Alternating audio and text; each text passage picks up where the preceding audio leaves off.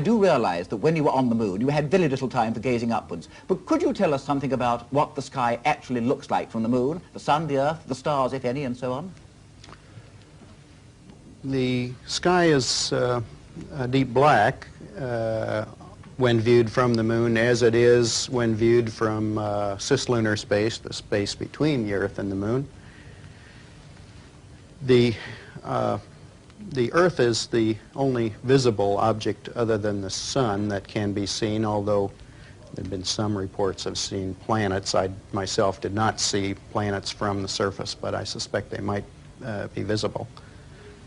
The Earth is quite beautiful from space and from the moon. It looks quite small and quite remote, but it's very blue and covered with white lace and of the clouds, and the continents are clearly seen, although they have very little color from that distance. What about the sun? Could you see any trace of the corona? No, the glare from the sun on the helmet visor was too difficult to pick out the corona. The only time we could see the corona was during an eclipse of the sun from the moon, that is when we were flying through the moon's shadow and could observe the solar corona peeking out from behind the moon. Looking at the photographs that you brought back, the colored photographs of the moon's surface, it seems that the color of the surface actually varies according to the angle from which you see it. Is this so? Does it do this? Yes, it certainly does. It's a characteristic that we observe first while traveling around the moon in orbit. You could see that at the terminator, at the boundary between the black part of the moon and the lighted part of the moon, it was as if you were looking at a television set with the contrast turned to full contrast, very black and very white. As you moved further into the light, there were more and more shades of gray. But as you moved further, such the sun was higher above the horizon, you actually start to see the tans and browns appear, although at a very low level. Similarly, on the surface of the moon, the same characteristic is evident. You can see browns if the sun is high enough. Apollo 12, for example, landed while the sun was only 5 degrees above the horizon. So when they arrived, they saw no browns or tans anywhere, only fairly high contrast grays. But you did? But yes, I did. The sun was at 11 degrees. And Apollo 12 did also the next day when they arose from their sleeping period and the sun was higher. Of course, then the browns were observable to them. When you were actually walking about on the moon's surface and kicking about a certain amount of dust, did you notice any local color? And also, were you at all subconsciously worried about the possibility of unsafe areas? Well, the color is a puzzling phenomenon on the moon, aside from the characteristics that I've already mentioned. You generally have the impression of being on a desert-like surface with rather light-colored hues. Yet when you look at the material at close range, as if in your hand, you find it's a charcoal gray, in fact, and we were never able to find any things that were very different from that color. I suspect that as we get more and more samples with future flights, we will see that there is, in fact, some color, but the optical properties on the moon are most peculiar. When you were actually walking about, did you have any difficulty in distance judging? Because I think I heard you say once that far things looked quite near. Yes, we had some difficulties in perception of distance.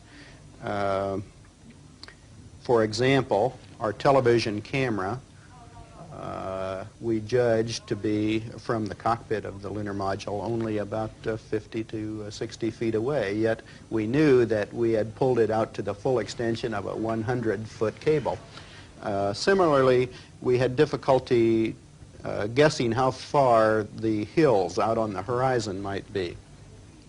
The peculiar phenomenon is the closeness of the horizon due to the greater curvature of the moon than we have here on Earth, of course 4 times greater, and the fact that it is an irregular surface with crater rims overlying other crater rims. You can't see the real horizon. You're seeing hills that are somewhat closer to you. There was a large crater which we overflew during our final approach, which it had hills of the order of 100 feet in height, and we were only 1,100 feet west of that hill, and we couldn't see a 100-foot high hill from 1,100 to 1,200 feet away. Did you notice any obvious difference between the far side and the near side as you went around it? I mean, apart from the obvious differences in topography? No observable differences in color, but then the sun's angle was always somewhat different over there, so it would be difficult to make a general correlation. I would say the topography is the striking change. Yes. Of course, as all your viewers know, there are no seas on the far side of the moon, and it's all highlands and high mountains, big craters. So it's strikingly different from the. There's just one more thing I'd like to ask you. You're one of the very, very few people, I think, whose opinion on this is really worth having. In fact, there are only 4 of you. Do you think, from your knowledge of the moon, having been there, that it is going to be possible in the foreseeable future to set up scientific bases there on anything like a large scale? Oh, I'm quite certain that we'll have such bases in our lifetime.